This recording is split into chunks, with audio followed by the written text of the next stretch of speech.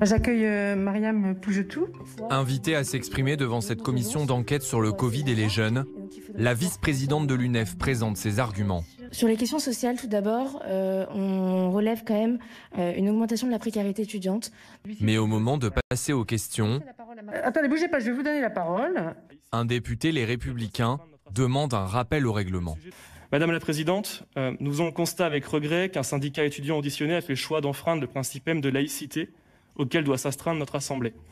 Nous ne pouvons cautionner cette image de la représentation nationale, rester silencieuse et masquée face à cet acte politique communautariste délibéré.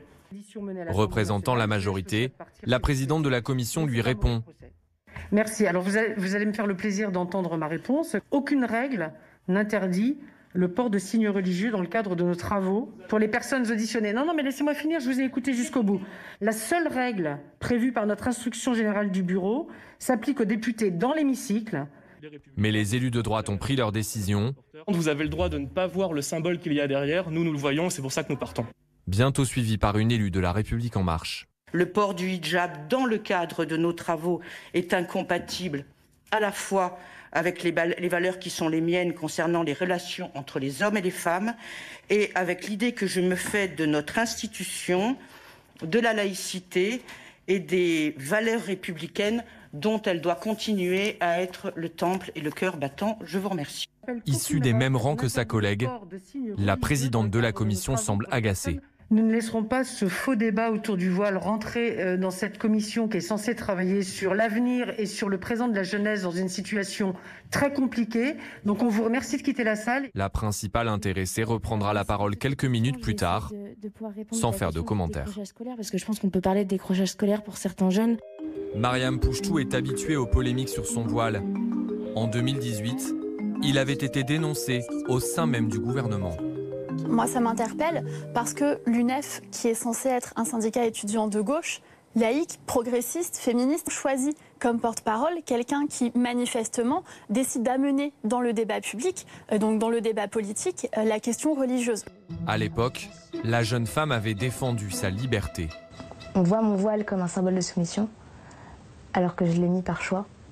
Je défends toutes les femmes et je pense que le débat devrait se clôturer à un moment donné ou devrait être reposé de manière claire. Dans les écoles publiques, le débat autour du voile a été tranché avec la loi de 2004. Tous les signes religieux ostentatoires y ont été interdits, un texte qui ne s'applique pas aux accompagnants scolaires. Au Conseil régional de Bourgogne-Franche-Comté l'année dernière, la présence d'une femme voilée avec un groupe d'enfants venus assister à une séance déclenche la colère d'un élu du Rassemblement national. Nous sommes dans un bâtiment public, nous sommes dans une enceinte démocratique. Madame a tout le loisir de garder son voile chez elle, dans la rue, mais pas ici, pas aujourd'hui. Le conseiller régional a fait filmer son intervention pour la relayer sur les réseaux sociaux. La présidente PS de la région semble hésiter sur la conduite à tenir. Alors, vous me dites quoi? Un signe religieux, ou est-ce que c'est un signe vestimentaire? Avant de trancher finalement.